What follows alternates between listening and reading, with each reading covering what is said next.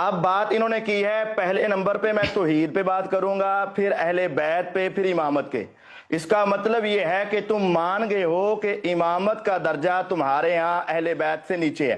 آپ جس طرح مجھے کہہ رہے ہو کہ پہلے نمبر پہ توحید کے اوپر بات ہوگی، کیا آپ کے ہاں اماموں کا ماننا اور بیوی اہل بیت ہے نہ ماننا، کیا یہ تمہارے ہاں امامت سے اعلیٰ درجے کا ہے؟ جس طرح تم اگرچہ امامت کو اعلیٰ درجے کا مانتے ہو، لیکن دوسرے نمبر پہ اہل بیت کے اوپر تم بات کرنا چاہ رہے ہو۔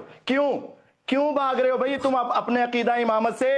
کیوں بھاگ رہے ہو؟ ہم نے جعفر کاظمی کو یہ موضوع مناظرہ اور یہ شرائط میں نے بھی بھیجی ہوئی ہیں، شاہد انصاری صاحب نے بھی بھیجی ہوئی ہیں، اور ہماری یہ بات اس کے ساتھ طے شدہ ہے۔ یا تو جعفر انصاری کو اپنے پینل سے نکال دو اور اس کو جھوٹا کہہ دو اور اس کو غلط کہہ دو، باہر نکال پھینکو، اور اگر آپ نے ان کو اپنے سامنے رکھا ہوا ہے تو اس کی بات کو قبول کرو، تسلیم کرو۔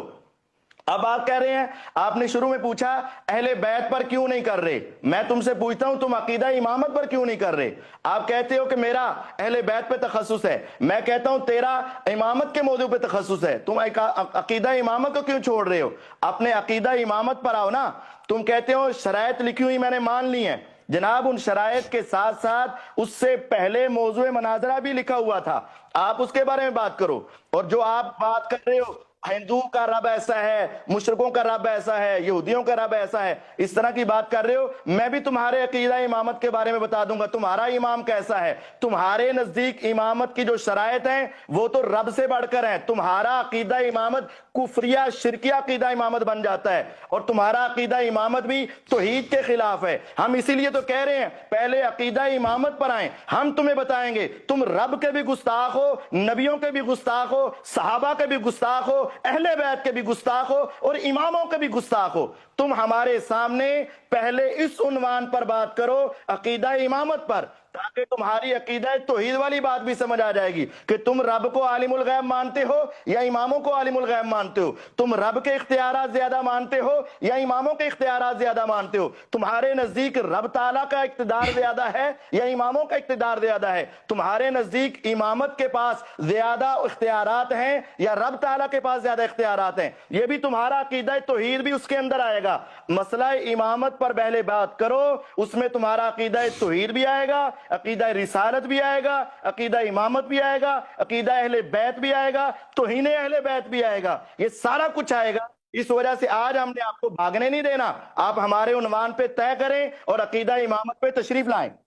اوکے، آپ کے 3 منٹ ختم ہے، اب میری باری ہے۔ بسم اللہ الرحمن الرحیم۔ محترم ناظرین، آپ نے دیکھا کہ میرے سارے ادعا صحیح ہیں، ان کے رب میں اور کرشنا میں اگر کوئی فرق ہوتا نہ تو فوراً مان لیتا، کہتا او شیو یہ کتنی بڑی بے تمیزی ہے تمہاری، کتنا بڑا جھوٹ ہے، تم جھوٹے ہو، ہم تو اللہ وحدہ لا شریک کی عبادت کر رہے ہیں، آپ مشرک ہیں نا۔ یہ اس کو یہ کہنا چاہیے تھا، اس نے یہ تو نہیں کہا نا، اس نے بالکل پیچھے خالی کر دیا۔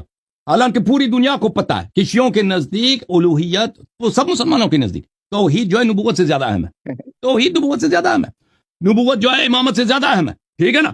اور امام جو ہے سب کو جانتے ہیں کہ امام یا خلیفہ، یہ حضرات کہتے ہیں کہ ابو بکر جو ہے نبی صلی اللہ علیہ وسلم کا جانشین ہے، ہم کہتے ہیں امام علی علیہ السلام جانشین ہے، اور سب انبیاء پہ افضل ہے سوائے رسول اللہ صلی اللہ علیہ وسلم کے۔ لیکن یہ امامت کس لیے صحیح کہا؟ کیونکہ اللہ نے نصب کیا نا، اللہ نے نصب کیا، تو اللہ پہلے نمبر پر ہے، تو یہ تو سب پوری دنیا کو معلوم ہے۔ اب یہ ان کی جو باتیں ہیں نا کہ یہ کہتے ہیں کہ اللہ سے زیادہ امام علی علیہ السلام کو مانتے ہیں، فلان فلان فلان، آپ اس کو اس مناظرے میں آپ ذکر کریں، جو امامت کے موضوع پہ جو مناظرہ ہوگا اس کو آپ ذکر کریں۔ لیکن یہ تو سب پوری دنیا دیکھ رہے ہیں کہ یہ کیسے بھاگ رہا ہے بھائی، یہ کس طرح چالاکی سے، چھابکی سے سب کے سامنے بھاگ رہا ہے موضوع۔ بھائی جب سب دنیا کو آپ مشرک کہہ رہے ہو، آپ وجہ کیا نا بتاؤ نا، وجہ تو بتاؤ کم از کم کہ آپ اس موضوع سے کیوں مناظرہ نہیں کرنا چاہتے؟ جب آپ کے اوپر اتنا بڑا الزام لگ رہا ہے کہ آپ کے رب میں، ہندوؤں کے رب میں فرق ہی نہیں ہے، آپ کو کوئی غیرت نہیں ہے شیخ صاحب، آپ میں کوئی دینی حمیت نہیں ہے، آپ کو ابن تیمیہ کے مکتب، احمد ابن حنبل، بخاری مسلم، اہل حدیث کے مکتب کے بچانے کی کوئی فکر نہیں ہے کہ بھئی آپ غلط کہہ رہے ہیں، ہم مجسمہ نہیں ہیں، ہم میں اور ہندوؤں کے عقائد میں زمین آسمان کا۔ کیوں نہیں مانتا یہ شخص؟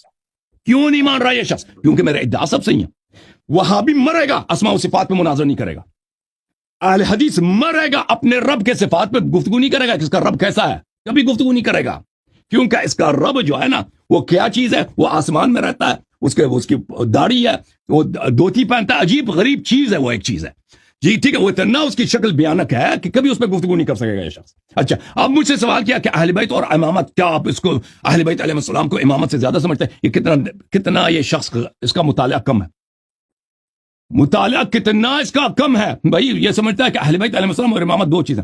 اور بھائی ایک بات یہ ہے کہ حدیث میں جو اہل بیت کا لفظ آیا، قرآن میں جو اہل بیت کا لفظ آیا، وہ ہمارے نزدیک ائمہ طاہرین علیہ السلام ہے. یہ دو نہیں ہے، ٹھیک ہے نا. جب ہم اہل بیت کی بات کر رہے ہیں امامت ہے اسے آ جاتا ہے، لیکن آپ جو کہتے ہیں نا اہل بیت میں ازواج شامل ہیں، تاکہ اس سے کیا کریں کہ اہل بیت میں جو ان کے فضائل ہیں، قرآن مجید میں جو ان کی تطہیر ہے اس میں ازواج کو بھی شامل کریں. ہم ثابت کرنا چاہتے ہیں کہ ازواج اس میں خارج ہیں، اور اہل بیت آئے تطہیر میں اور اہل بیت رسول صلی اللہ علیہ وسلم نے جو فرمایا اس میں ازواج خارج ہیں، اور وہ ائمہ ابرار علیہ السلام کے متعلق. تو یہ دو موضوع نہیں ہے، ایک موضوع ہے، لیکن وہ مختلف جہاد سے دو موضوع بنتے ہیں.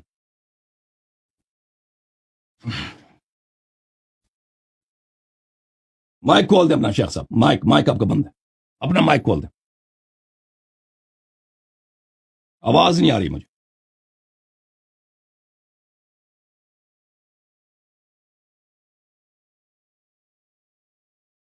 آواز نہیں آ رہی شیخ صاحب. اپنے رب سے اپنے رب سے مدد مانگو، کسی بندے سے مدد نہیں مانگنا، مشرک ہو جاؤ گے. رب سے مدد مانگو. مائک کھول دیں آپ. آواز نہیں آ رہی شیخ. میں نے بند نہیں کیا بھائی، پتہ نہیں کہاں سے بند ہے بھائی. شیخ یہ کیا کہہ رہا ہے بھائی؟ کیا ہو گیا اس کے مائک کو؟ اس کے مائک کو کھول دو بھائی کوئی.